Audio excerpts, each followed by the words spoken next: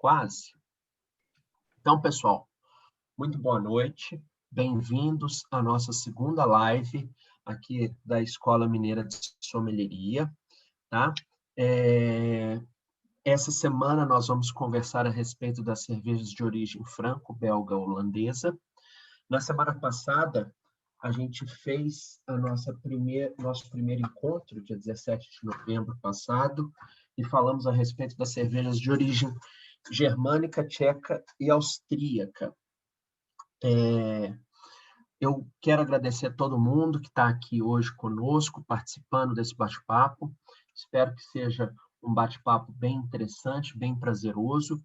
Eu separei 2 cervejas de estilos belgas para degustação ao final do nosso encontro e acabei aprimorando um pouco esse bate-papo hoje. Vou propor 2 sugestões de harmonização para essas 2 cervejas que eu vou abrir ao final do bate-papo, ok?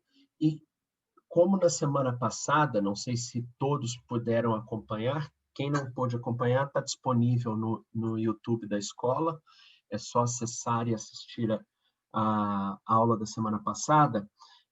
Como na semana passada eu disse, eu pessoalmente tenho uma forma de conversar a respeito das escolas cervejeiras que vai de encontro com a nomenclatura dessas grandes escolas. Eu, pessoalmente, não gosto de falar em escola alemã, escola belga, escola inglesa e escola americana. Eu não gosto de falar dessa maneira porque, na minha concepção, as escolas elas abrangem um pouco mais do que as fronteiras desses países que a gente usa como referência, né? Quando a gente fala em escola alemã, a gente está restringindo a um país que se tornou um país unificado somente em 1871. Então, a Alemanha como país é algo muito recente na história mundial, tá? A Alemanha não era país até o final do século XIX. E, além disso, nós temos estilos que são incluídos na escola, na dita escola alemã, né, como estilos austríacos, estilos tchecos. E esses estilos não pertencem à Alemanha, pertencem aos países vizinhos. E, da mesma forma, eu acho meio reducionista falar somente em escola belga, porque, na verdade, a Bélgica, nós vamos até comentar isso aqui hoje, ela só se tornou um país independente em 1830. Então, até 1830, a Bélgica pertencia à Holanda. Ela não era um país. Então, dessa maneira, para mim é meio estranho pensar que as cervejas estão restritas ao território belga. A gente vai entender que a história cervejeira dessa porção que está no noroeste do continente europeu, ela pega desde o norte da França, passando por todo o território belga e chegando ao território holandês. Então, é muito mais do que falar só de Bélgica, é falar de toda a extensão territorial e toda a influência, por exemplo, dos franceses e da sua cultura vinícola no desenvolvimento do trato do belga com as suas cervejas.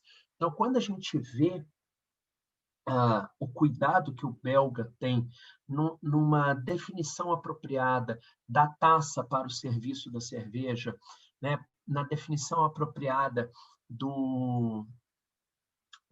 da forma e da temperatura na qual você vai executar esse serviço, isso tem muito da herança dos vizinhos franceses, que trazem isso na cultura do vinho muito bem desenvolvida, e que os belgas, por não terem tradição vinícola, uma vez que na Bélgica as uvas não se desenvolvem bem, o clima já é frio demais para o crescimento da uva, Os belgas tornaram as cervejas quase que as suas...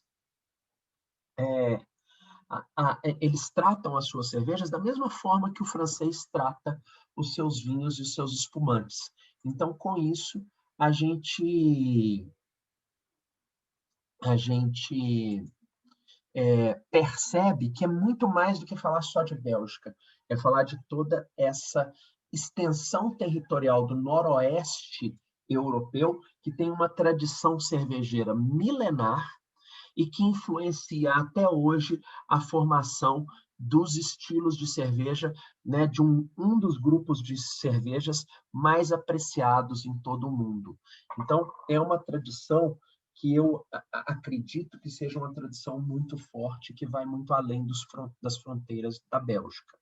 Então, começando, né, eu sempre vou frisar isso, porque eu não falo em escola alemã, eu falo em escola germânico-tcheca austríaca, eu não falo em escola belga, eu falo em escola franco-belga holandesa, eu não falo em escola inglesa, eu falo em escola britânica, porque é muito mais do que só os estilos da Inglaterra, são os estilos ingleses, os estilos irlandeses e os estilos de cerveja escoceses, que formam todo um conjunto de cervejas que compõem as cervejas originadas no arquipélago britânico, né, nos países que compõem a Grã-Bretanha.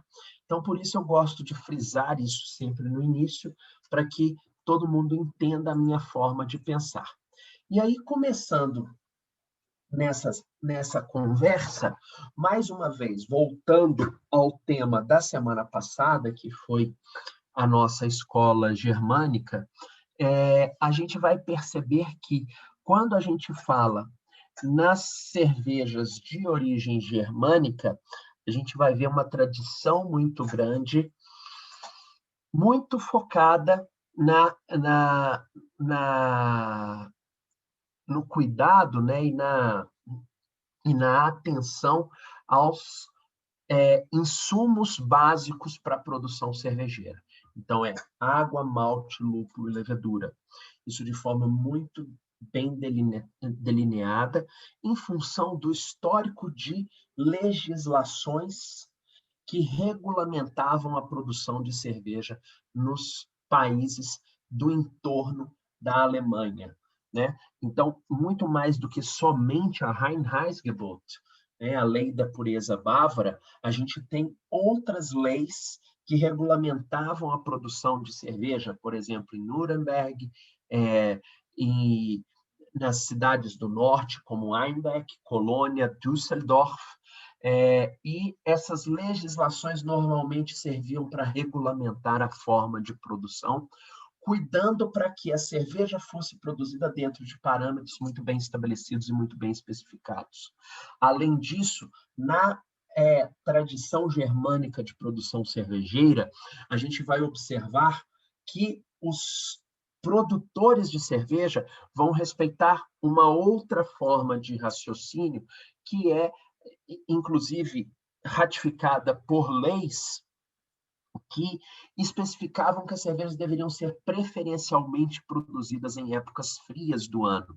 E dessa forma, meio que sem querer, quando você limitava a produção de cerveja só aos períodos frios, outono e inverno, e o armazenamento dessas cervejas em ambientes fechados e resfriados, como alto de montanha ou as adegas de gelo, né, os ice cellars, esculpidos em montanhas, você acabava selecionando uma levedura que trabalhava em temperaturas mais baixas, que era a levedura lager.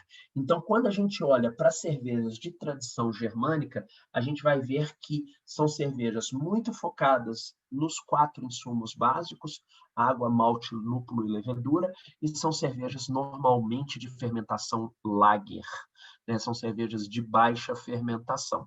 E quando a gente olha para a tradição cervejeira da região que vai do norte da França até a Holanda, a gente vai ver que lá as características são exatamente o oposto.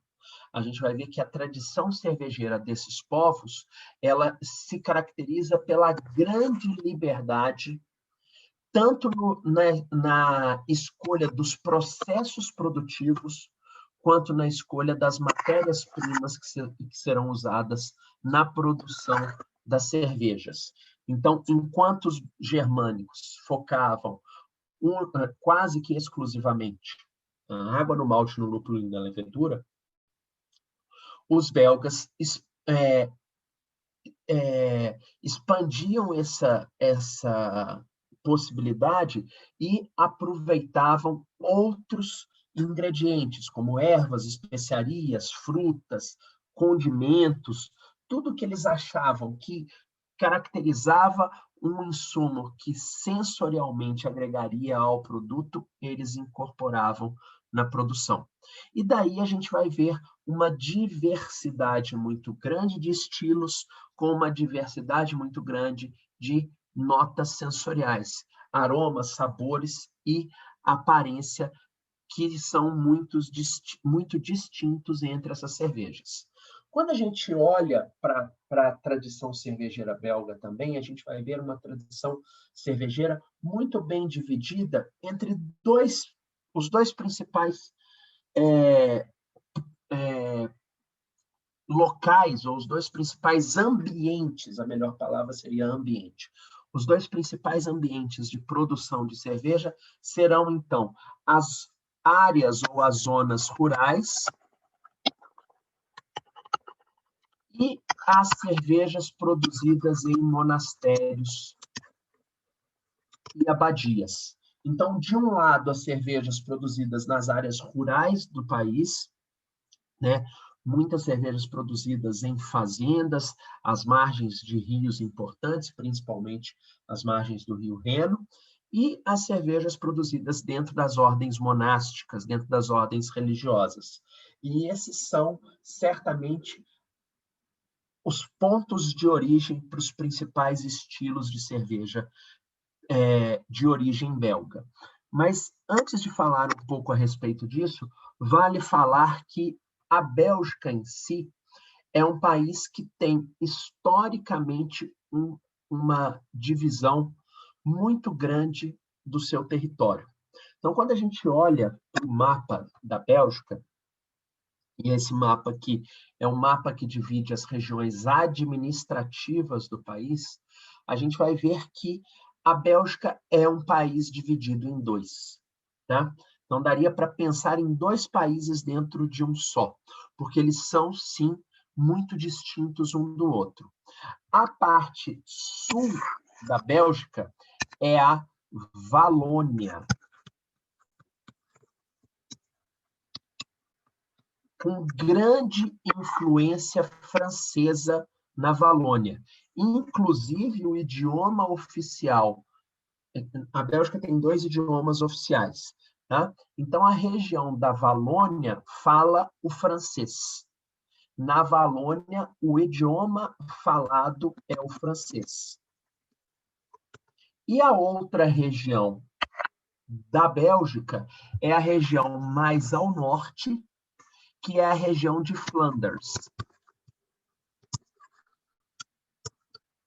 Ok? A região de Flanders é a região mais ao norte, com grande influência holandesa. E na região de Flanders, ou na Bélgica flamenga, o idioma falado é o flamengo. Então, não se fala francês em Flanders, se fala o flamengo. Tá? Aqui é o idioma oficial de Flanders. Então, a Bélgica é um país dividido. Tá? Ela tem muita influência da Holanda, assim como tem muita influência da França. Sendo que este território, que hoje é um país, pertenceu até o ano de 1830 à Holanda. Então, a Bélgica era parte da Holanda e se tornou independente só no início do século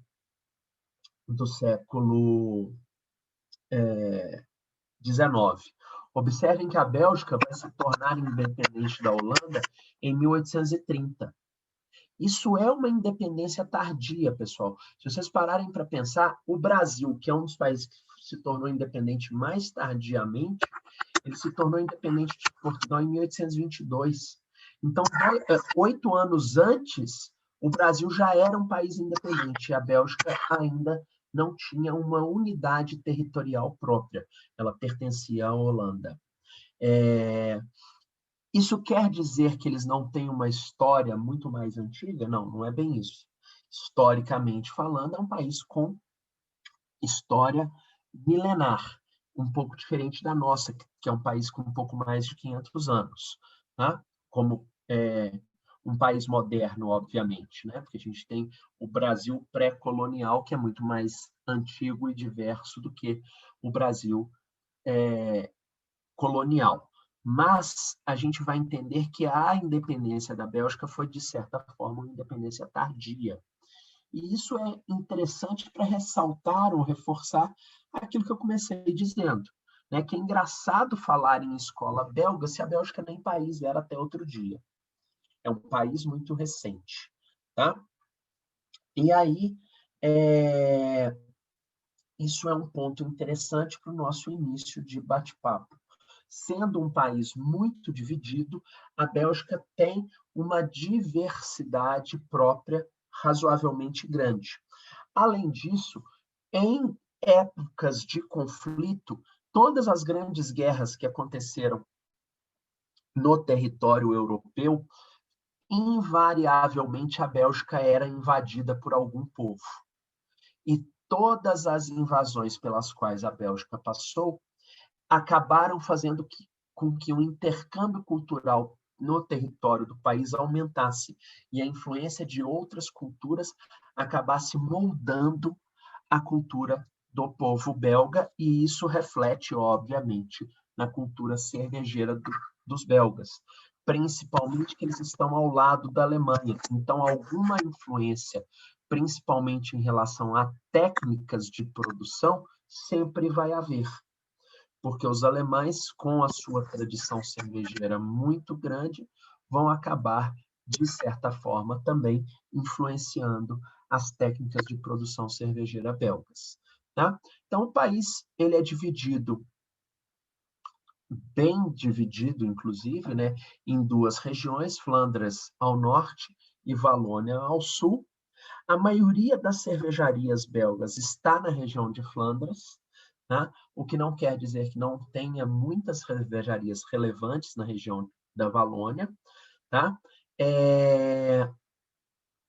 E, curiosamente, os dois territórios sempre foram muito divididos, com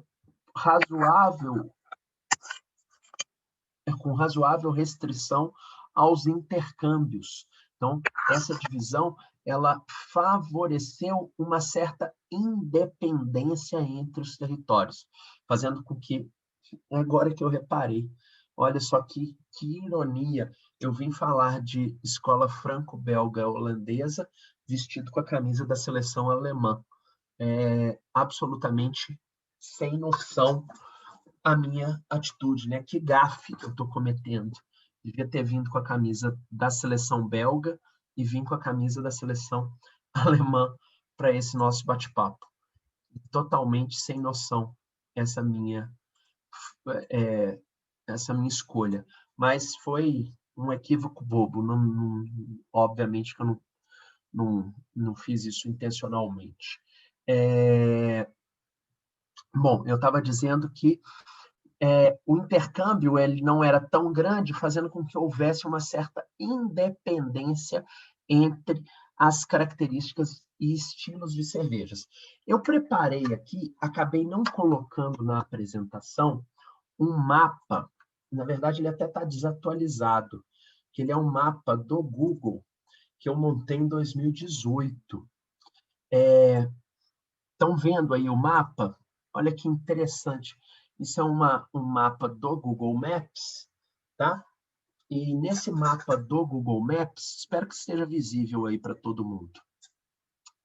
Eu coloquei alguns pins, alguns destaques para pontos turísticos na Bélgica, turísticos, principalmente pontos turísticos de interesse cervejeiro. É lógico que tem muitos mais, mas isso numa elaboração de um roteiro turístico para um passeio seria uma forma de mapear quais as regiões para visitação. E aí vocês vão ver que cada pinzinho desse é um ponto para visitação, pegando aí não só Bélgica, tá? Mas também Holanda e França. Então, só para vocês entenderem o mapa, cada pontinho desses amarelo é um monastério com cervejaria, tá? Então, vamos desmarcar os outros aqui para diminuir a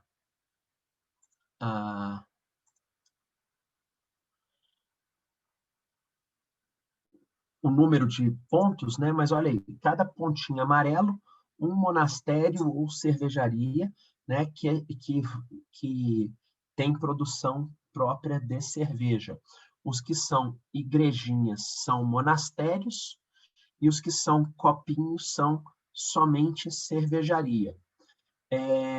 Juntando a eles, bares cervejeiros tradicionais, destacados aí no marronzinho escuro. Juntando-se a eles, pontos turísticos de relevância. Às vezes não dá para perceber, tá, gente? Mas no mesmo lugar, ó, olha quantos em Bruges. Estão vendo? Olha quantos pontos para visitação só em Bruges. É porque às vezes fica meio sobreposto, parece que tem um só. Mas se você juntar aqui em Bruxelas, olha Bruxelas, a quantidade. Estão vendo? Numa puxada rápida de mapa, a gente vai achar esse monte de locais para visita.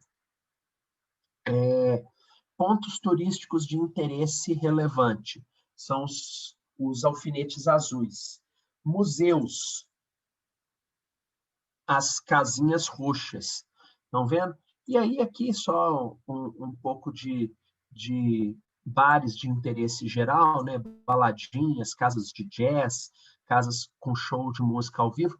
Então, imagina um país com extensão territorial tão pequena oferecer uma diversidade de pontos turísticos. Olha Bruxelas, a quantidade de coisa que você pode selecionar para fazer nessa cidade. Tá? Isso porque o zoom, quando está afastado, fica tudo amontoado um em cima do outro. Estão vendo? Não dá para enxergar. Mas olha a quantidade de atrações para um viajante que estiver focado em turismo cervejeiro. Olha a quantidade de possibilidades que dá para você buscar nesse território. Então, a riqueza desse país é uma coisa absurda. Né? Isso ainda tem toda a possibilidade de estender suas visitas tanto para o norte da França quanto para o sul da Holanda ou para o oeste da Alemanha. Aí você vai ter uma diversidade absurda de locais para visitação. Tá? Isso que é algo que está aí mais ou menos desatualizado, de 2018. Né? Daria para continuar ampliando essa... Perdão. Ampliando esta lista de possibilidades aí para visitas. Tá? Então, só aí um pouquinho de porque é diversa a possibilidade de locais para conhecimento aí. Tá? E aí, quando a gente começa a conhecer mais dessa história cervejeira tão relevante, a gente vai ver que a Bélgica tem alguns personagens muito interessantes, como, por exemplo, Gambrinos. Gambrinos, auto-intitulados São Gambrinos, né, um dos santos padroeiros da cerveja, assim como São Arnoux ou Santo Arnaldo, tá? Que é um dos padroeiros da cerveja na Bélgica. Gambrinos também é padroeiro da cerveja, é um dos santos cervejeiros. Gambrinos, conhecido historicamente como Le Roi de la Bière, ou rei cervejeiro, o rei da cerveja, era um rei da Bélgica que era um cara muito apaixonado por cerveja e que ficou famoso como essa figura aí folclórica, né? A coroa decorada com ramos de malte, né? Então, uma figura que se tornou famosa pela sua paixão cervejeira. E Gambrinos, esse camarada, então, que tem essa paixão pela cerveja, assim como Santo Arnulfo, que é o padroeiro da Chevalerie du Fourquet de Brassers, tá? Ou a Cavalaria do Fourquet dos Cervejeiros, que é uma guilda de profissionais cervejeiros que data da Idade Média e que vai passando esta tradição de produção cervejeira ao longo dos séculos, quase como uma tradição hereditária. Então, fazer parte da Chevalerie du Fourquet é uma honraria muito grande, tá? E anualmente eles têm uma, uma, uma celebração que envolve, dentre outras coisas, uma cavalgada na qual eles vão fazer uma passeata carregando um barril de cerveja, e nesse momento eles vão também celebrar Santo Arnoldo, que é o padroeiro da Chevalerie du Fourquet. Então, um país de tradições cervejeiras muito grandes, tá? Que vai honrar a profissão e transferir esse conhecimento e essa tradição quase que de pai para filho, como sendo um direito de nascença você pertencer à Chevalerie se você é um herdeiro de um cervejeiro, tá? Como eu falei, o território belga ele só se torna um país muito recentemente, e ao longo dos anos, as várias invasões fizeram com que a mistura de culturas enriquecesse muito o conhecimento do povo belga. E aí, a gente vai ver que o uso de ingredientes diversos na produção cervejeira sempre foi uma tradição entre os belgas. Antes da introdução do lúpulo na cerveja, ou melhor, antes da incorporação firme e definitiva do uso do lúpulo na tradição cervejeira, os belgas eles faziam amplo uso de diversos ingredientes, desde especiarias até frutas, na sua produção cervejeira. Então, a tradição do gruit, que era o conjunto de ervas que compunha o bouquet garni cervejeiro, ela é muito grande na tradição cervejeira belga. Aos poucos, o uso do gruit foi sendo transferido para o uso do lúpulo. Então, aos poucos, o lúpulo vai se popularizando na Bélgica, tá? Porém, mesmo com a popularização do lúpulo, o uso de especiarias continua no DNA cervejeiro belga. Então, mesmo com a popularização do lúpulo e com a ampla solidificação do uso do lúpulo como principal especiaria de saborização das cervejas, os belgas, mesmo assim, ainda mantêm a tradição de uso de outros ingredientes, que favorece e enriquece essa cultura cervejeira. Tá? Eu já comentei também, apesar das fronteiras com a França, que é o país tradicionalmente produtor do vinho, junto com a Itália, França e Itália dividem como é que fala? O pódio na produção e no consumo mundial de vinhos. Ora a França está na frente, ora a Itália está na frente, mas a tradição de bebida alcoólica francesa é claramente uma tradição vinícola. Porém, na região da Bélgica, o desenvolvimento da uva já é muito ruim. dado o clima mais temperado, as frutas não crescem bem, mas quem vai crescer bem são os grãos. E isso gera entre os belgas uma cultura de bebidas fermentadas de grãos que vai fazer com que a tradição e a cultura cervejeira seja muito forte no país, tá? E com a incorporação de outros ingredientes, como especiarias e lúpulo, isso vai gerar uma diversidade de sabores e aromas que vai atender aos mais variados gostos, porque você vai ter uma diversidade de produtos muito maior para oferecer ao consumidor. Outro ponto muito importante na história cervejeira belga é a qualidade das fontes hídricas. Eu costumo até comentar nas aulas, quando eu comento a respeito de escola franco-belga holandesa, quem curte, assim como eu, Fórmula 1, né, quem gosta de Fórmula 1, sabe qual é o nome do circuito de Fórmula 1 belga. O Grande Prêmio da Bélgica é disputado em qual circuito, vocês sabem? Quem é que curte Fórmula 1? Vamos ver. O Grande Prêmio da Bélgica é disputado no circuito de Spa-Francorchamps. Exatamente, Felipe. E por que o do nome de Spa-Francorchamps? Porque as fontes hídricas, né, as estâncias hidrominerais belgas são mundialmente famosas pelo nome de spas.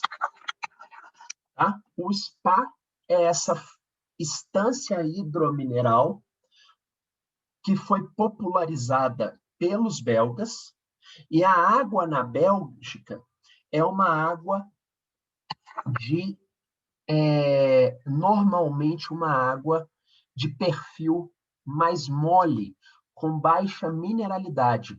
Águas mais moles, com poucos minerais, acabam favorecendo a produção de vários estilos de cervejas. E isso foi um fator muito positivo para a diversificação da cultura cervejeira entre os belgas, né? Fontes hídricas que são conhecidas desde a época das tropas de Júlio César no Império Romano, né? Júlio César, ele explorou, por exemplo, uma fonte hídrica muito famosa, que talvez vocês já tenham ouvido falar e conheçam, que é a fonte Le Bouillons. Le Bouillons é uma fonte hídrica que está na França, mas está ali pertinho da Bélgica, e Le Bouillon nada mais é do que a fonte de origem da água mineral Perrier. Então, a água Perrier, ela é originária de uma fonte natural chamada Le Bouillon, que era explorada pelas tropas do imperador Júlio César no Império Romano. Então, os romanos caminhavam até a Bélgica, logicamente na conquista territorial, mas se valiam das fontes hídricas para a sua hidratação. Tá? A tradição cervejeira na Bélgica, a tradição de produção de bebidas fermentadas de grãos, ela é anterior à tradição anterior, por exemplo, ao nascimento de Cristo, né? A gente tem registros históricos com mais de 1.300 anos, tá? E existem várias técnicas que vão sendo desenvolvidas ao longo dos tempos, tá? Por exemplo, a técnica de produção de cervejas brancas com fontes de águas não fervidas, que datam mais ou menos de 500 anos depois de Cristo. Tá? Mais recentemente, um novo método de produção que levava ou que exigia a fervura de cervejas para melhorar a conservação do produto, mesmo que empiricamente sem saber o porquê que a fervura ajudava na conservação. Hoje a gente sabe que a fervura mata micro-organismos, mas naquela época não se sabia. Os belgas ferviam o produto e acabavam aumentando a vida útil desse produto. Nascia um estilo, que é um estilo hoje pertencente à escola holandesa, que é o estilo Kuiten, tá? Kuiten é um estilo tipicamente holandês, né, que é vizinha ali da Bélgica, e que foi uma das primeiras cervejas que envolviam fervura no seu método de produção para aumentar o tempo de conservação do produto. E o uso do lúpulo, que também é razoavelmente recente entre os belgas, ele vai começar a se intensificar no século XII, logo após os trabalhos de Stanta e Delgarda, tá, sobre as propriedades conservantes do lúpulo, mas é lá no século XV, na transição entre o século XIV, mas principalmente na chegada do século XV, que o lúpulo vai se tornar a especiaria hegemônica na produção das cervejas nos territórios ali franceses, belgas e holandeses. Obviamente que eu estou falando sobre tudo isso com vocês, mas eu não posso deixar de comentar da grande influência da Igreja Católica na tradição cervejeira belga, porque é a Igreja Católica quem vai impulsionar toda essa tradição cervejeira, impulsionando também o aprimoramento e a melhoria dos produtos e dos processos. Então, quando a gente fala em tradição cervejeira dentro das ordens religiosas, a gente já vai de cara falar a respeito da ordem monástica trapista. E vamos conversar um pouco, então, da história, sobre a história das cervejas trapistas, que seguem o lema do ora et labora, tá? Ora et labora, que seria, numa tradução livre, algo como trabalho e oração, tá? Ou oração e trabalho, na ordem ora et labora. Tá? Os trapistas são monges pertencentes à ordem de São Bento. Ou melhor, são pertencentes à ordem de São Bento, não. Eles são monges que seguem os ensinamentos de São Bento. Deixa eu achar um lugar em branco aqui para escrever. Tá? Os trapistas, eles seguem os ensinamentos de São Bento. Ok? Os monges, originalmente, que seguiam São Bento, eram os monges beneditinos. Beneditinos. Então, os beneditinos são os monges que seguem São Bento. Em um momento da história dos beneditinos, um grupo de beneditinos resolveu se separar da ordem e formar a ordem de Cister, que são os monges cistercienses. Os cistercienses, então, são beneditinos, são dissidentes dos beneditinos, tá? É como se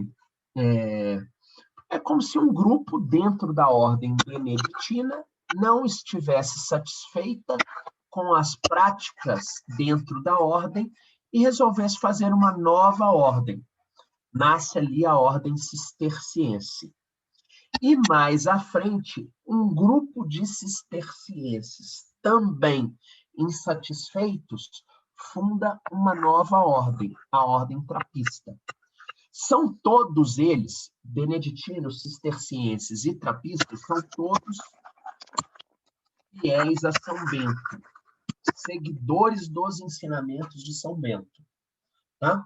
A diferença entre beneditinos, cistercienses e trapistas é que os cistercienses são mais rigorosos do que os beneditinos e são mais fechados e rigorosos que os cistercienses, e os trapistas são ainda mais rigorosos do que os cistercienses. Então, são gradações de rigorosidade. Rigorosidade em quê? No seguimento aos ensinamentos beneditinos, que são os votos de pobreza, silêncio e trabalho e oração. Então, na verdade, a ordem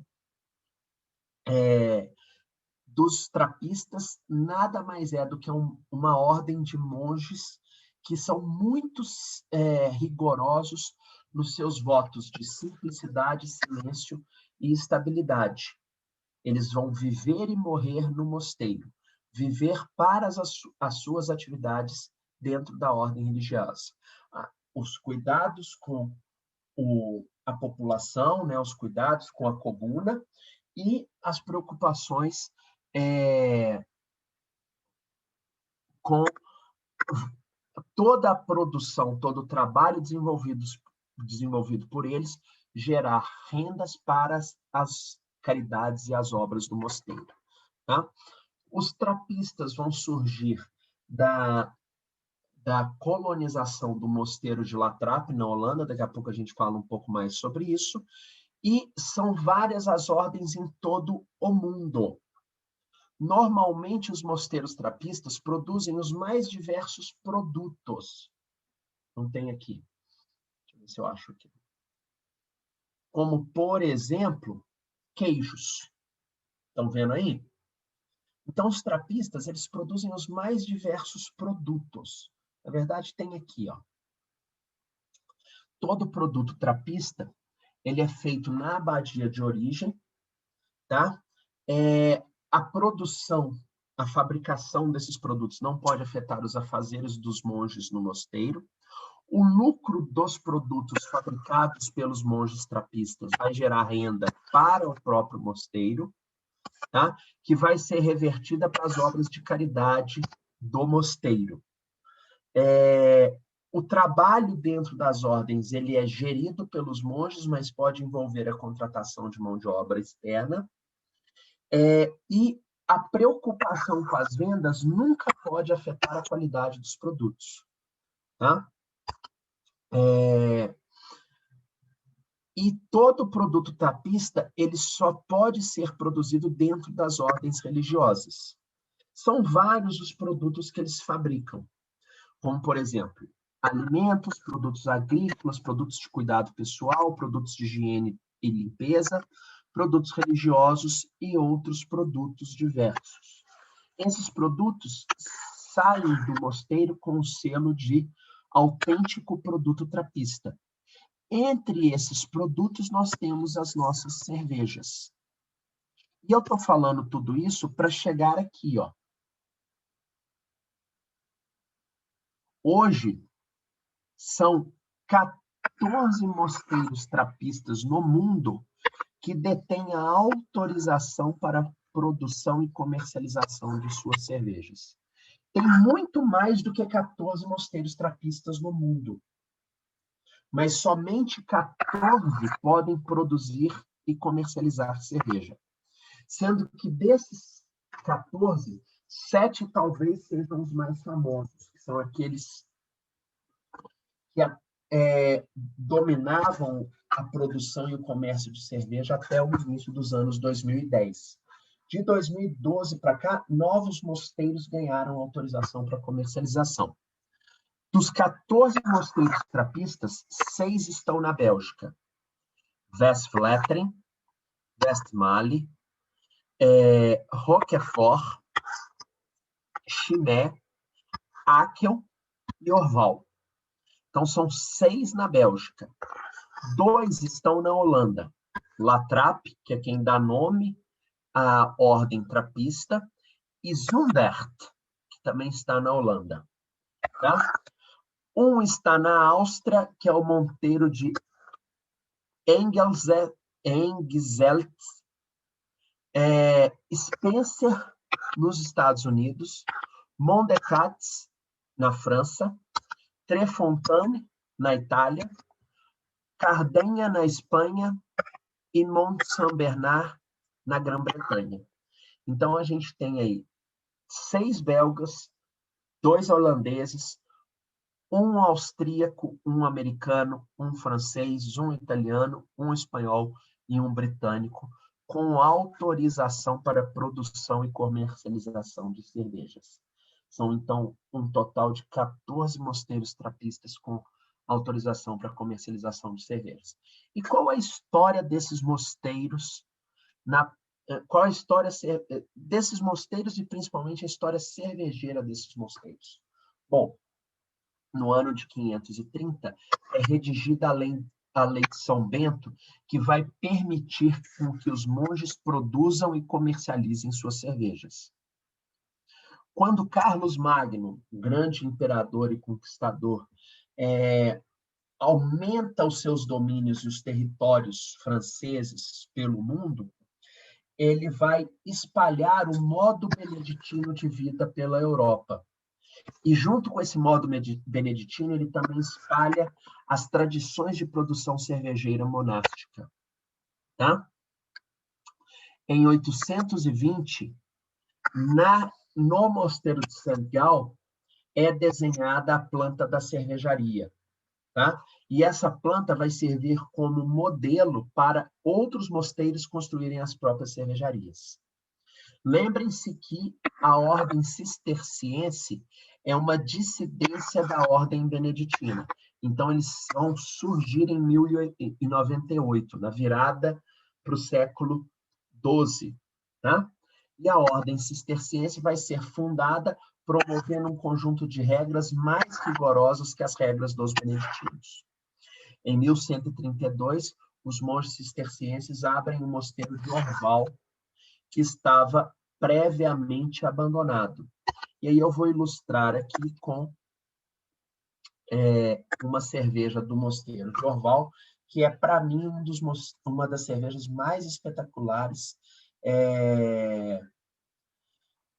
um dos mosteiros mais espetaculares de cervejas, uma das cervejas mais espetaculares do mundo, na minha opinião. É uma cerveja de fermentação híbrida, ela tem Brettanomyces na sua fermentação, leva dry hopping nos tanques, tá? Com uma variação muito incrível das safras e da qualidade dos produtos. Então, quem não conhece, eu tenho uma dificuldade muito grande de falar quais são as minhas coisas prediletas. Falar qual é a minha cerveja predileta é algo quase impossível, porque não tem como falar que uma cerveja é melhor do que outra, ou que comparar estilos que são muito distintos entre si. Tá?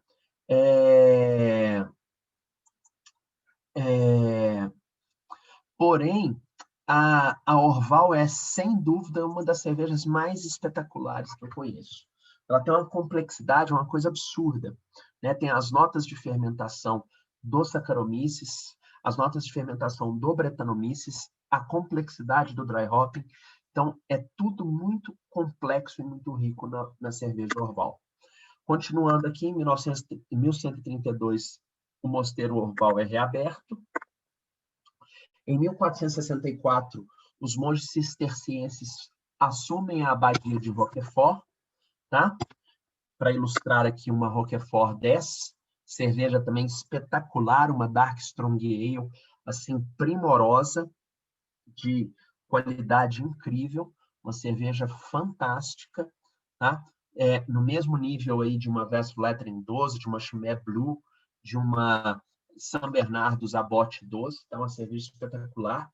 Em 1656, alguns monges se mudam para um mosteiro na cidade de La Trappe, na Holanda. Eles eram cistercienses, mas eles buscam uma vida ainda mais rigorosa dentro dos ensinamentos de São Bento.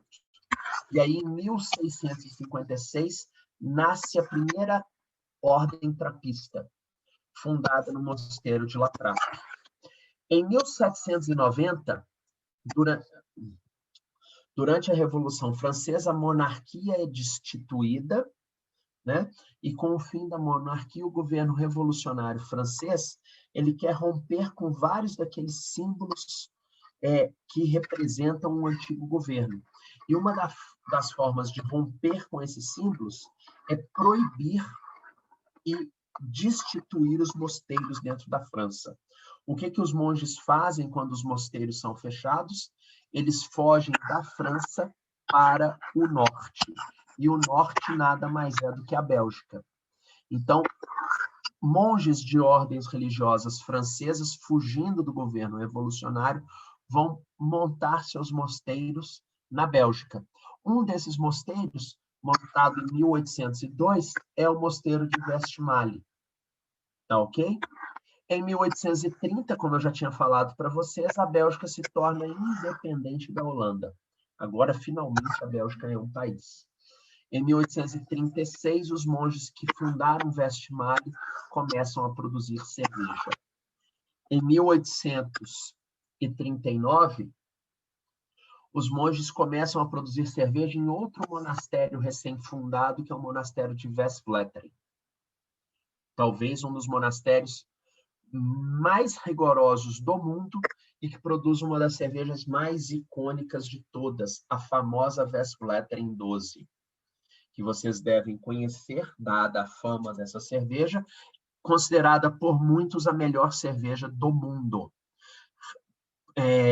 Número 1 nos rankings do Brejas brasileiro e nos rankings do Beer Advocate e do Hate Beer norte-americana. Então, é a cerveja de maior votação, considerada a melhor cerveja do mundo em muitos dos rankings cervejeiros. Também uma Dark Strong Ale, assim como a Roquefort 10, espetacular e de difícil acesso, dado a rigorosidade do mosteiro de Westvleteren ao acesso às suas cervejas. Vocês só conseguem comprar lá ou no café em frente ao mosteiro, né, com hora marcada e agendada pelos padres. Por isso que ela é tão icônica e tão difícil de ser consumida. Em 1844, os monges de Westmalle criam um novo mosteiro em Akel e vão começar a produção cervejeira em 1852.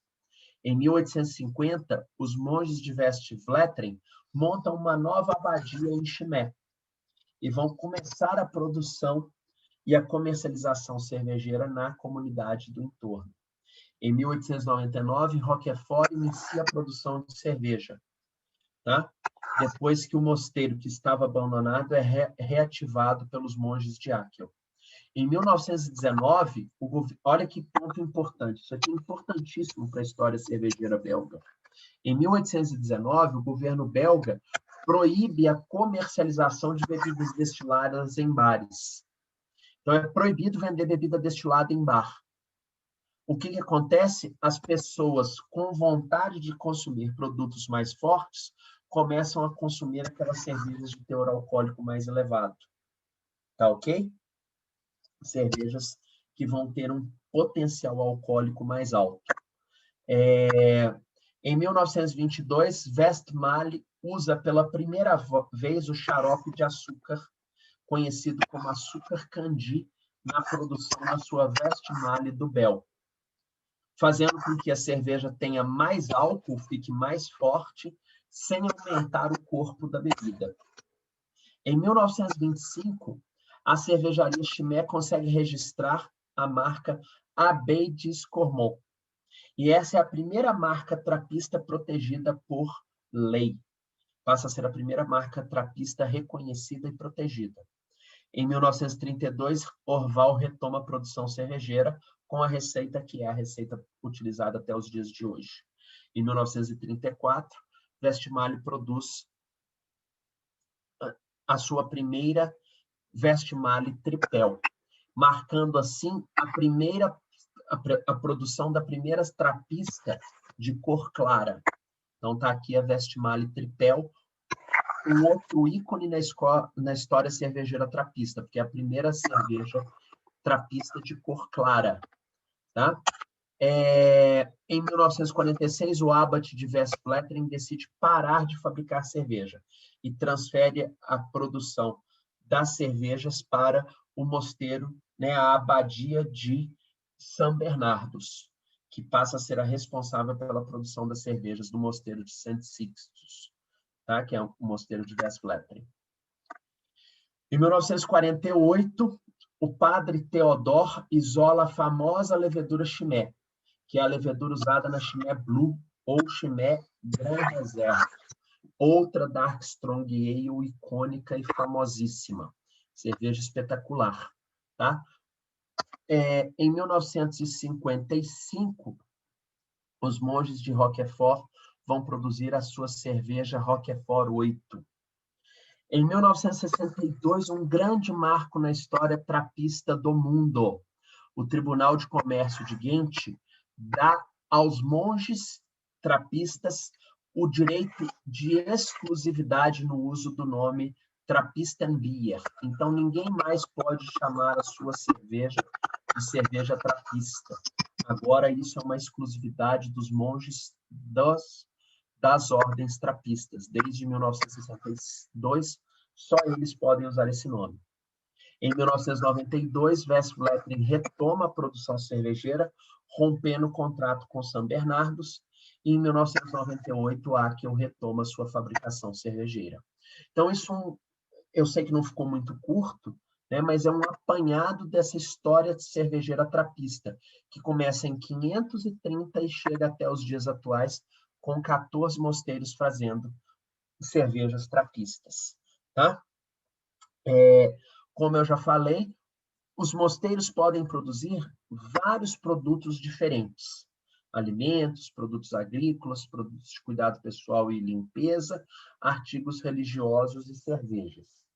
Mas somente 14 mosteiros têm o direito de produzir e comercializar cervejas.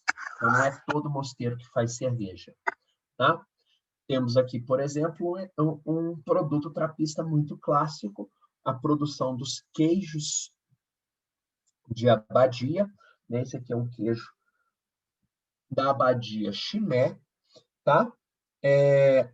Cuja subtítulo aqui é o Le Pot de Alpre, e cujo subtítulo aqui, La Crème des Fromages Trapistes.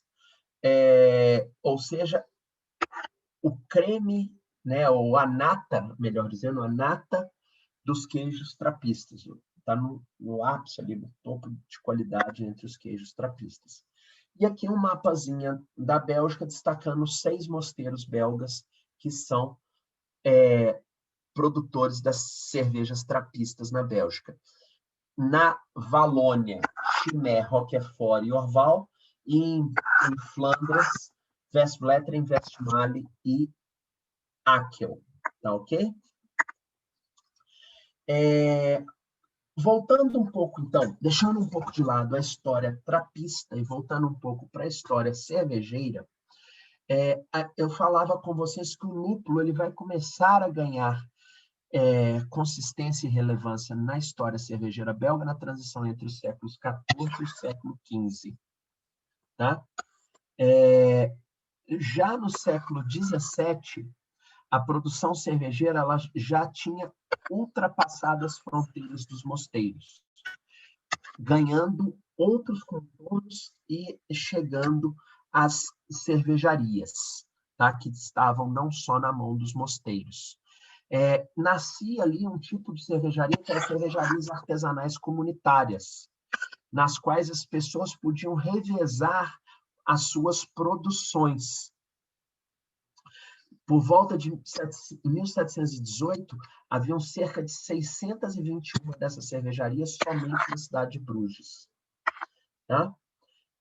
Com a Revolução Francesa, muitos mosteiros foram fechados e, durante o período napoleônico, esses mosteiros permaneceram fechados, só retomando as suas atividades após a queda de Napoleão, quando ele perde as batalhas no território russo. Tá? A Bélgica se torna independente em 1830 da Holanda, e isso vai marcar a exploração da produção cervejeira na Bélgica, fazendo com que esse produto comece a ganhar mercado internacional. Os produtos exportados da Bélgica para outros países, normalmente em garrafas de vidro arrolhadas, e muitos deles tratados como as champanhes entre as cervejas, ou as bebidas espumantes entre as cervejas belgas. Tá? Normalmente, essas cervejas eram aquelas cervejas de fermentação selvagem, como as Flanders Red Ale, as Old Bruins, as Saison, as Farro, Lambic e Gueuze. Tá? E esses estilos de fermentação selvagem eram cervejas que tinham uma apresentação e um potencial comercial semelhante aos grandes vinhos espumantes franceses, considerados normalmente grandes produtos de luxo. A diversidade de estilos ácidos, como os lambic, farro e gueuze, era muito grande até o início do século XX. Cervejarias imponentes e grandes, especializadas na produção de produtos ácidos nos territórios belgas e holandeses. Tá? Mas, com o tempo, a diversidade desses estilos vai diminuir, o número de rótulos cai e a popularidade dessas cervejas também cai. Aos poucos, cervejas de fermentação selvagem e as ales tradicionais, normalmente ales de abadias, começam a perder espaço à medida que as lagers límpidas começam a vir do território tcheco e alemão e invadir o mercado belga. Então, as lagers que vêm do Oriente começam a ganhar relevância dentro do mercado belga, que é um mercado tipicamente de ales e de cervejas de fermentação selvagem. Em 1926, uma cervejaria belga chamada Cervejaria Artois, que havia sido fundada em 1366 e que foi comprada por ela nasceu em 1366 com o nome de Den Horn e foi comprada por um cervejeiro chamado Sebastian Artois, resolveu produzir uma versão de uma cerveja lager clara para o Natal do ano de 1926. Essa cerveja era a cerveja, a estrela da nova companhia, focada naquele mercado de Natal. Nascia a cerveja Stella Artois. Stella, em latim, inclusive, significa estrela, né? Então, nascia a cerveja Stella Artois, que se tornaria a cerveja mais comercializada no mercado belga a partir de então. Tá? Uma cerveja lager com muita limpidez, um brilho muito intenso e uma leveza de sabor e de aroma. Junto com outra marca de cerveja belga, a Jupiler, Stella Artois e Jupiler começam a difundir no mercado belga as cervejas de fermentação lager, aumentando, então, a popularidade dessas cervejas de origem tcheca e alemã no mercado tipicamente dominado por ales. Aqui uma foto que mostra que a cervejaria Artois fazia mais do que só a Stella, né? Nós temos aqui plaquinhas mostrando aí a bock da cervejaria Artois. Deixou de existir e passou a dominar o mercado somente a Stella Artois. Tá? Com o período entre guerras, a diversidade cervejeira na Bélgica vai cair ainda mais. E com isso cai também a intensidade dos produtos, porque com as guerras você vai ter menor disponibilidade de recurso, você vai tirar insumos, principalmente malte, da produção cervejeira, para usar na alimentação da população e das tropas nas guerras. Com isso, a densidade das cervejas vai cair. Tá? E não só a densidade cai, como o teor alcoólico também.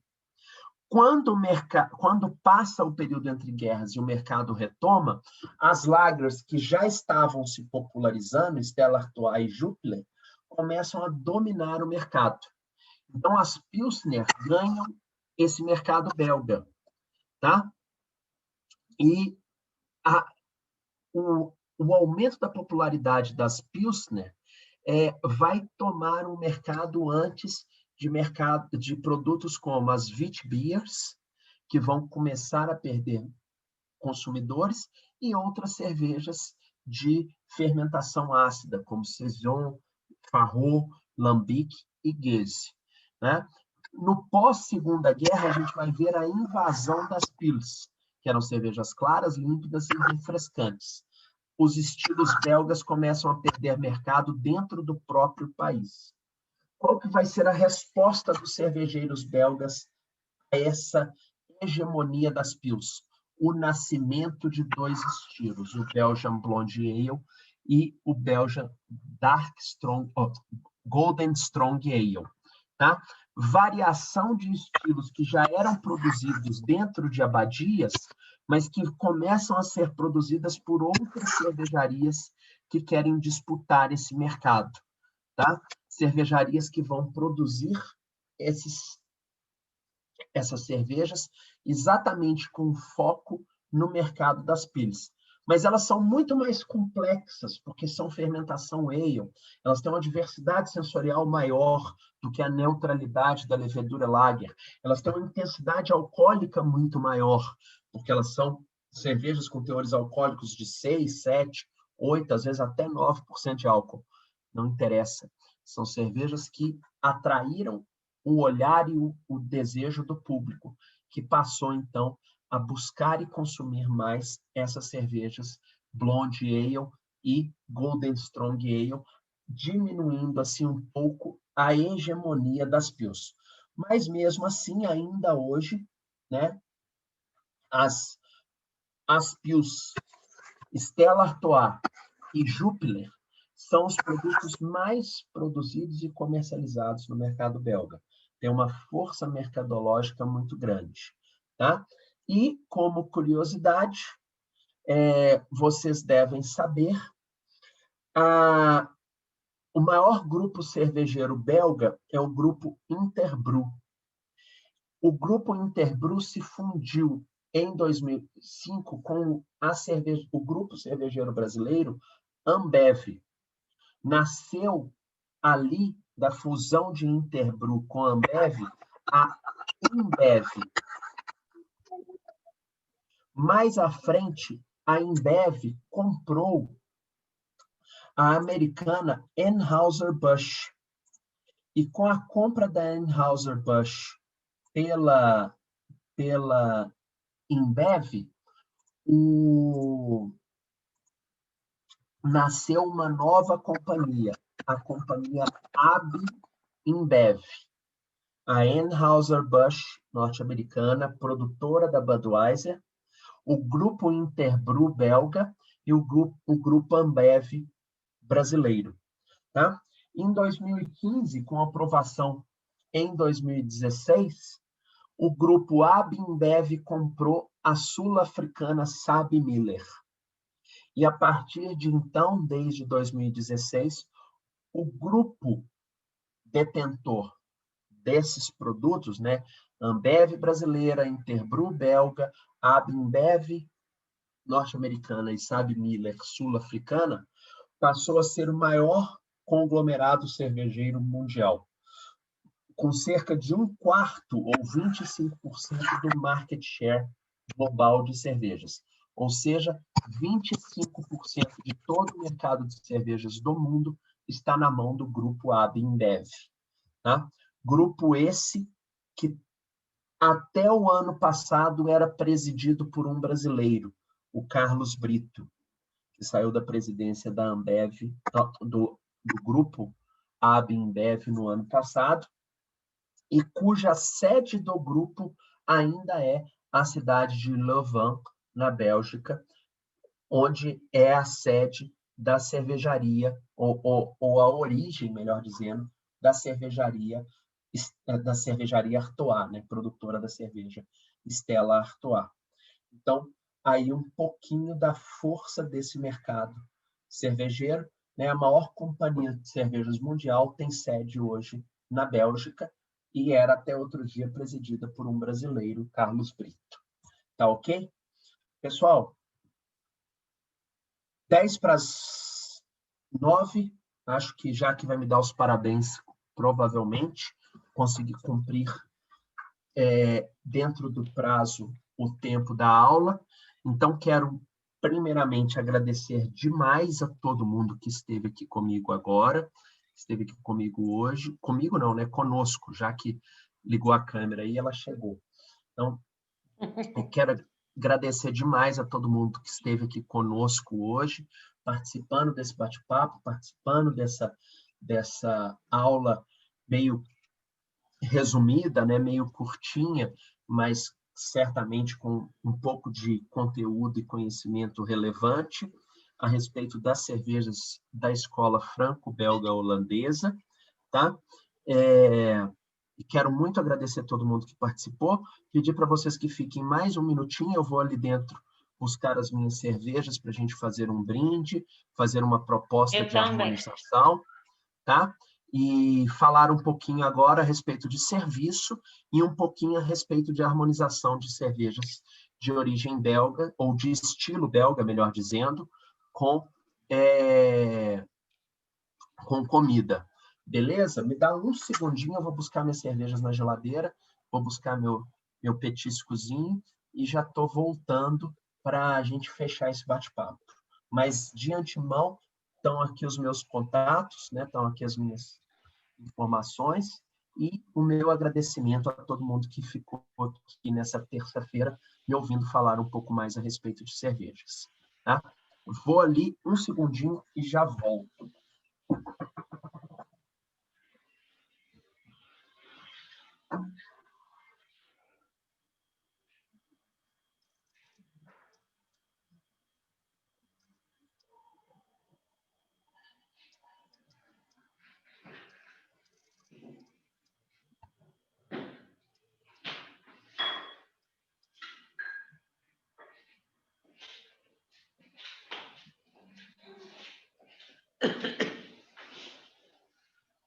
Aí, ó, gente, eu já estou preparada.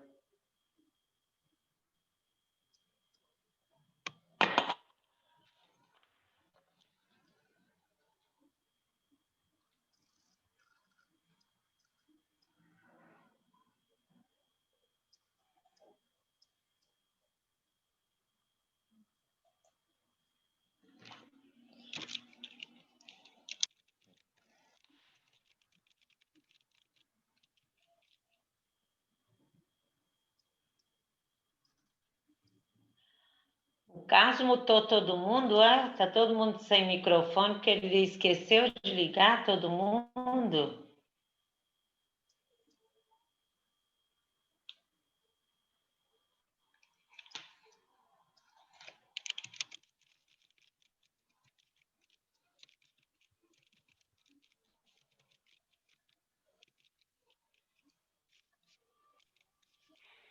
Jaque. Ei! Tô chegando. Achei que ele tinha deixado todo mundo mudo. Ele deixou, mas a gente consegue tirar. Ah, é? Vocês estão espertas demais da conta, não dou com vocês, não. Isso aqui é uma democracia. Ai, ai. Obrigado, Mar. Olha só, gente, eu estou tomando essa cerveja aqui, que é do Marcelo. Marcelo está na sala ainda, Marcelo? Abadia das Gerais. Essa é uma tacinha deles também, que é linda a taça deles. Ô, CH, deixa o povo falar isso, você deixou todo mundo no mudo. Não, eles podem ativar os microfones à vontade. Tem ninguém proibido de ativar o microfone. Pode ligar as câmeras aí. Podem ligar as câmeras. Bem-vindos à recuperação, né, Jaque? Olha a minha tacinha. Ah, que linda, você também que maravilha! Leandro está no escuro. Essa veio para você no kit esse mês, ou Júlia? Eu acho que foi no mês passado, Jaque, se não me engano. Ou no mês passado, é recente essa aqui. Veio no kit. O Marcelo tá aí, ó. Para mim, ele tá do seu lado. É o dono da Abadia das Gerais. Até tem, ó. Tá cheio de feras aqui, gente. Tem o povo da Trinca. Olha que chique. Tá muito chique essa sala. Samir tá aqui, olha. Ô, Débora, é uma pena que você tenha aqui, mas obrigado por participar, viu? Todo mundo que chegou aí, brigadão. Pessoal, Débora tá saindo que ela vai comer. eu tô aqui, ó, com duas quiches. Marcelão. Deixa eu só mostrar para Ó. vocês. Eu vou destacar a minha câmera, tá? Vou usar meus poderes de administrador para destacar a minha câmera. Eu tô com duas quiches. Uma quiche é bacon com damasco e a outra quiche como é que chama? Carne seca, tá? E nós vamos, quer dizer, eu vou prová-las, né? Desculpa, só tem para mim. Mas eu vou degustá-las com duas cervejas da cervejaria Abadia das Gerais, que são... Marcelo, me ajuda com os nomes, por favor. Glenworm, é isso mesmo? Isso, certinho. Glenworm é uma Belgian Pale Ale, tá? A Belgian Pale Ale eu vou propor com bacon com damasco, tá ok? E a outra que é de nome Luiard, é isso aí? Luiard? Isso aí. Uhum. A Luiard... Preguiça em Flamengo. Ah, é preguiça em flamenco? Que massa, velho, que legal. É vagalume. É vagalume? Ah, tá. Faz todo sentido, né? Glim de piscar e o worm de verme, né? De besouro. A Luiard, que é uma Trappist Single, vai ser harmonizada com a carne seca. Por quê? Porque aqui eu tenho uma intensidade maior das notas de lúpulo, tá? E aqui eu tenho um leve dulçor um pouco mais intenso, vai trabalhar bem com semelhança com o damasco. Então, essa foi a proposta que eu resolvi fazer, tá? E para o serviço das cervejas, eu que não tenho a taça da Abadia, é aquele famoso quem não tem cão, caça com gato. Sentiu a cutucada aí, Marcelo? Não. Não é de forma nenhuma. Para com isso. Não sou desse tipo de gente, não. Não gosto de pedir nada. Detesto esses pidão de rede social e de esses beer geek que pede as coisas de graça, né, Leandro? Quem é dono de cervejaria sabe. O tal de, eu sou digital influencer, por que você não me dá uma cerveja para eu postar no meu Instagram? Detesto isso. Estou pedindo, gente, não. É só porque eu tenho muitas taças. Eu tenho muitas taças de cervejas, taças indicadas para cervejas de estilo belga, mas são de outras cervejarias. E não é de forma nenhuma apropriado servir uma cerveja de uma cervejaria na taça de outra.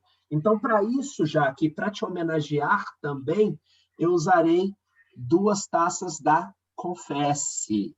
Bem representado. Tá, que são dois cálices. Como eu não tenho a da Abadia para usar com as cervejas da Abadia, eu vou usar as taças da Confesse, que são dois cálices muito bonitos e que vão fazer esse papel de exaltar as notas, principalmente as notas de destaque aqui da levedura, da fermentação, nessas cervejas que têm uma riqueza sensorial muito grande.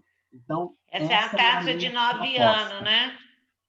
Essa é a taça de 9 anos, exatamente. Aqui, a Júlia está aqui, ó. Te empresto o meu cálice se você me dá uma quiche. Aí a troca é boa. Pode falar, Marcelo, desculpa. CH, não, sem problema. Antes de você falar sobre... antes de você servir a Luiard, eu queria falar um pouco sobre o estilo dela, mas na hora que for ela, tá? Porque eu vi que surgiu algumas dúvidas em relação ao estilo. Maravilha. Vamos começar com a... Pessoal, não sei se vocês têm cerveja para acompanhar. Recomendo que experimentem a cerveja que tiverem, né? Pode ser desde Abadia de Gerais até Pantera Negra, só que a Pantera Negra ela é meio perigosa. Ela costuma levar o cara... Ela costuma derrubar, mas é uma cerveja espetacular.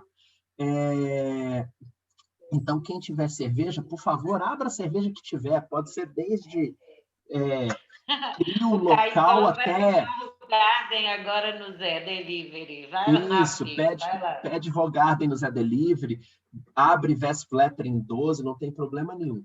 É só para a gente conversar um pouco sobre serviço, harmonização. Afinal, nós somos uma escola de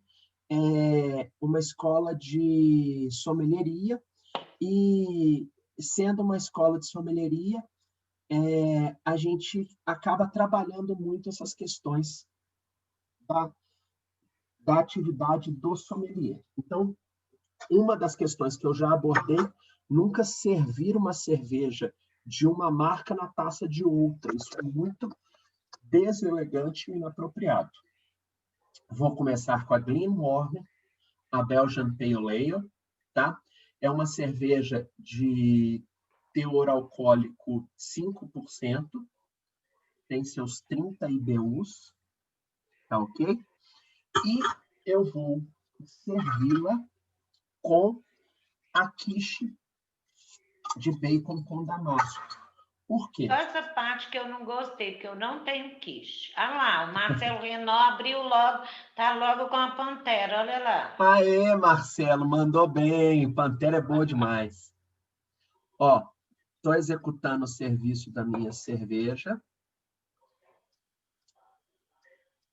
É uma cerveja que vai gerar uma formação grande de espuma, perdão.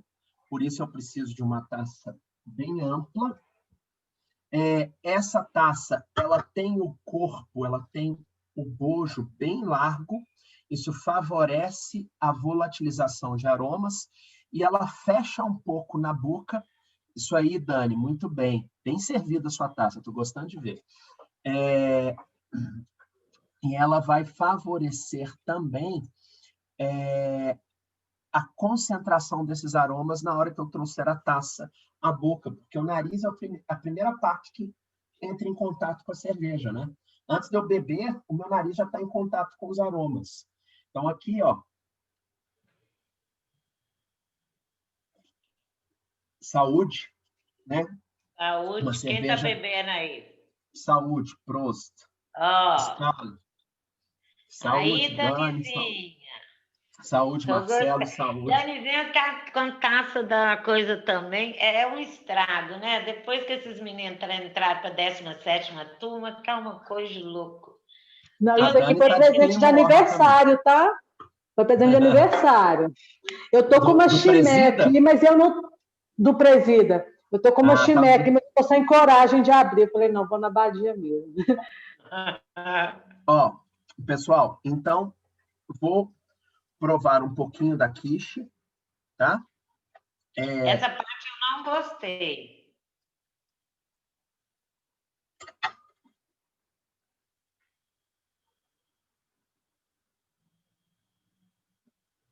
Essa parte foi ruim.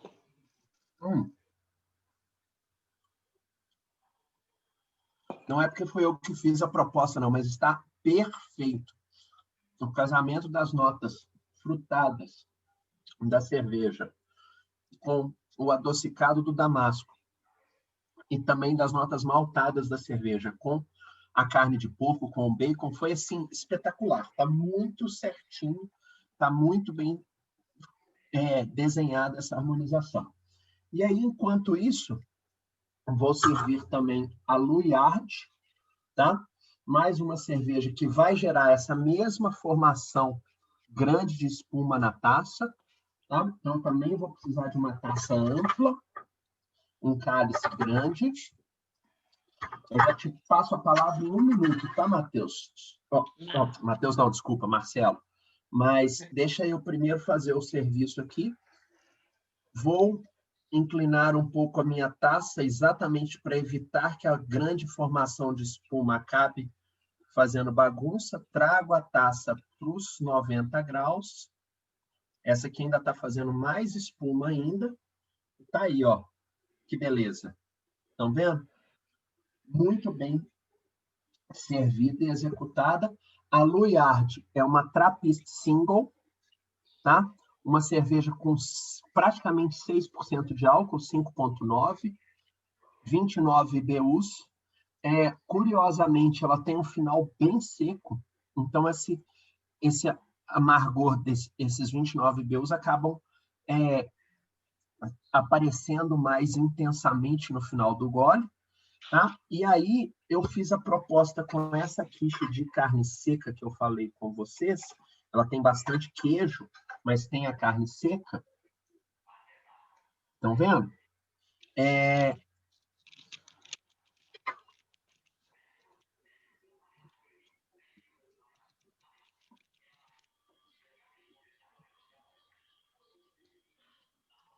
Para não dizer que foi perfeito, a primeira harmonização ficou um pouquinho melhor. Mas é como eu falei com vocês, essa cerveja tem menos dulçor do que a Pale Ale, né, que é a Glenmorangie. Então, como ela tem menos dulçor, eu arrisquei com um alimento um pouco mais salgado e menos adocicado. Deixa eu passar a palavra para o Marcelo, eu queria contar um pouco a respeito da cerveja. Ela é uma Trappist Single, e ele vai contar para nós o que é isso. Eu complemento. Assim que ele terminar de falar, eu trago mais informações para vocês. Enquanto isso, eu vou bebendo um pouquinho. E quem quiser falar também, Leandro, Dani, quem estiver bebendo aí, quiser comentar, Felipe Oliveira fique à está aí vontade. também. Eu Tá? só queria falar que essa aí é a minha preferida de todas da Abadia. Eu acho essa cerveja espetacular. Eu estou muito apaixonado pela Vitibia. Tá? Ela está muito redondinha. Também, E boa. queria falar também que a Abadia tem nada mais, nada menos que Danilo Mendes no grupo. Danilo Mendes, para mim, é um grande mestre, é um cara que me ensinou muito. Então, eu tenho sempre que exaltar a participação do Danilo na Abadia. Tá? Bom, pessoal, fala aí, Marcelo, fica à vontade. Não, é só porque algumas pessoas comentaram no chat sobre o estilo. Falaram assim, já vi a Luiard sendo tratada como uma dúbio. No Untapped, a gente cadastrou ela como Belgium. Tem 2 inscrições, né? ABE e Trappist Single, né? Realmente a gente tem uma dificuldade até de encaixar ela num estilo específico, né? E justamente por isso, né? A nossa ideia com ela seria, acho que o termo que eu ficaria mais confortável seria uma session double, sabe? Essa que é a proposta dela, seria ter ser uma cerveja né, com essa pegada um pouco mais maltada, frutas de frutas passas, né, ésteres um pouco mais complexos de fermentação, mas bem leve, fácil de beber e final bem crisp, né? Então a gente tem realmente assim, é até difícil achar, categorizar, né? E então assim, realmente essa confusão em relação ao estilo acontece, né? E o que a gente achou mais próximo foi o Trappist Single, que é uma coisa, que é um estilo até que nem tinha no BJ, né? Passou a ter em 2015. E eu acho que tem gente que torce o nariz para você falar assim, Trappist Single, né? Você chama uma cerveja que é feita no Brasil, né? E não dentro de um monastério de trapista, né? Mas é só questão de estilo mesmo, assim. É o que a gente achou mais adequado, mas às vezes a gente ouve algum comentário ou outro relacionado a isso, né? Mas seria isso mesmo. Posso só complementar, Marcelo? Você Com certeza. me dá licença? Uma coisa que vale destacar é o seguinte, pessoal. Muitos monastérios, né, e vários dos monastérios trapistas, têm uma cerveja do monastério, uma cerveja dos monges. Então, vários monastérios trapistas fazem dubel, tripel, dubel, tripel, quadrupel, né? E além dos 3 estilos, dubel, tripel, quadrupel, que são estilos que eles colocam à venda, que eles comercializam para o para os consumidores, eles têm a cerveja interna, que é a cerveja do mosteiro. Então, as Trappist Single normalmente são cervejas que ficam restritas ao monastério. Você só toma lá dentro ou só toma se você for monge. Muitas vezes eles não oferecem nem para os visitantes, fica exclusiva para eles.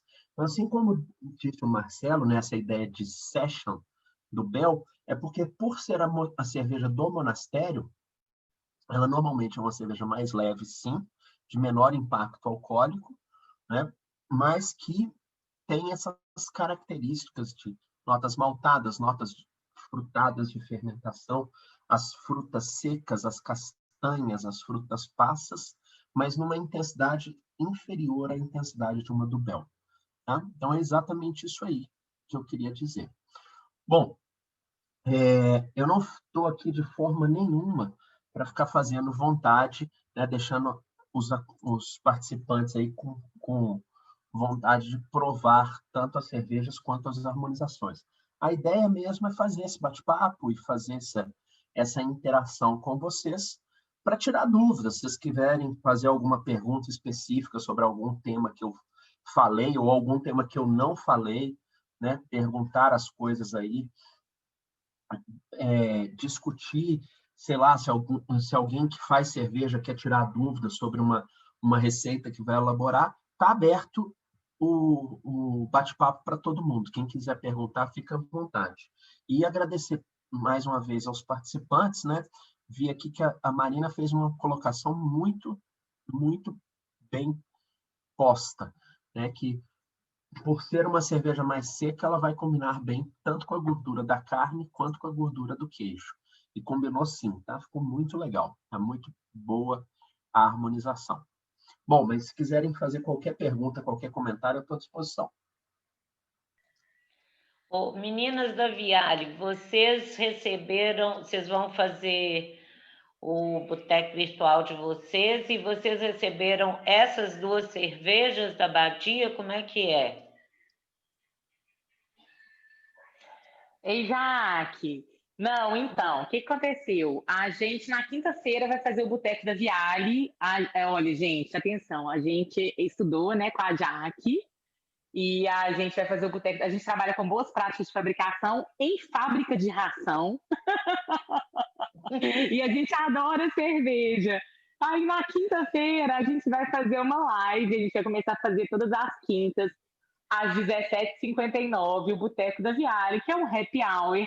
E a gente sempre vai falar de alguma cerveja artesanal, no intuito de entretenimento, diversão e mostrar o mundo que a gente adora, né? A gente foi estudar cerveja artesanal com a Jaque porque a gente adora e a gente queria entender mais disso. E foi o melhor curso que a gente fez na nossa vida. A gente fala isso para ela todos os dias, né? Fizemos uma amizade eterna com a Jaque aí. E a gente recebeu na nossa caixa, a gente assina o Clube do Malte, né? E aí a gente recebeu... E aí eu tenho um problema sobre isso, né, gente? Que é Dubel, Dubel, Tripel, Tripel. E aí, enfim, a gente recebeu essa cerveja e é por isso que a gente vai falar na quinta-feira numa harmonização da Paulinha, viu, Jaque? Olha, a harmonização, inclusive, que eu fechei a prova oral aí da academia pela harmonização da Paulinha. muito bem. Mas qual cerveja que vocês vão usar? Nós vamos usar uma Tripel e eu não sei qual que veio na caixa. A Paulinha vai saber falar melhor. Paulinha, conta aí. Aí, ó, a Paulinha está no chat. Paulinha é mais calada, gente, mas na quinta ela vai falar muito. Pegou.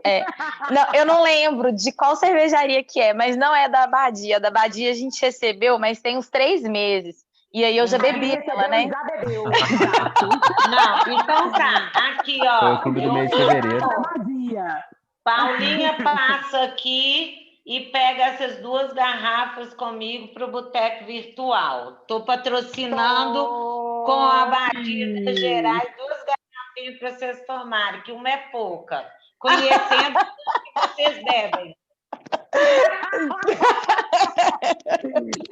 Beleza, Jaque. Eu vou Vou pegar, Jaque. Eu vou levar minha contribuição, que vai ser minha taça, tá? Tá certo. Ai, Deus. Recuperação com essas meninas era até 2 horas da manhã, gente. Vocês estão achando que é pouco? Né, Felipe? Cadê o Felipe? Felipe tá aí, quietinho. A mesma turma do Felipe. Ô, CH, acho que você pode parar de gravar para a gente conversar o que a gente quiser agora. Pra gente Claro, Fê.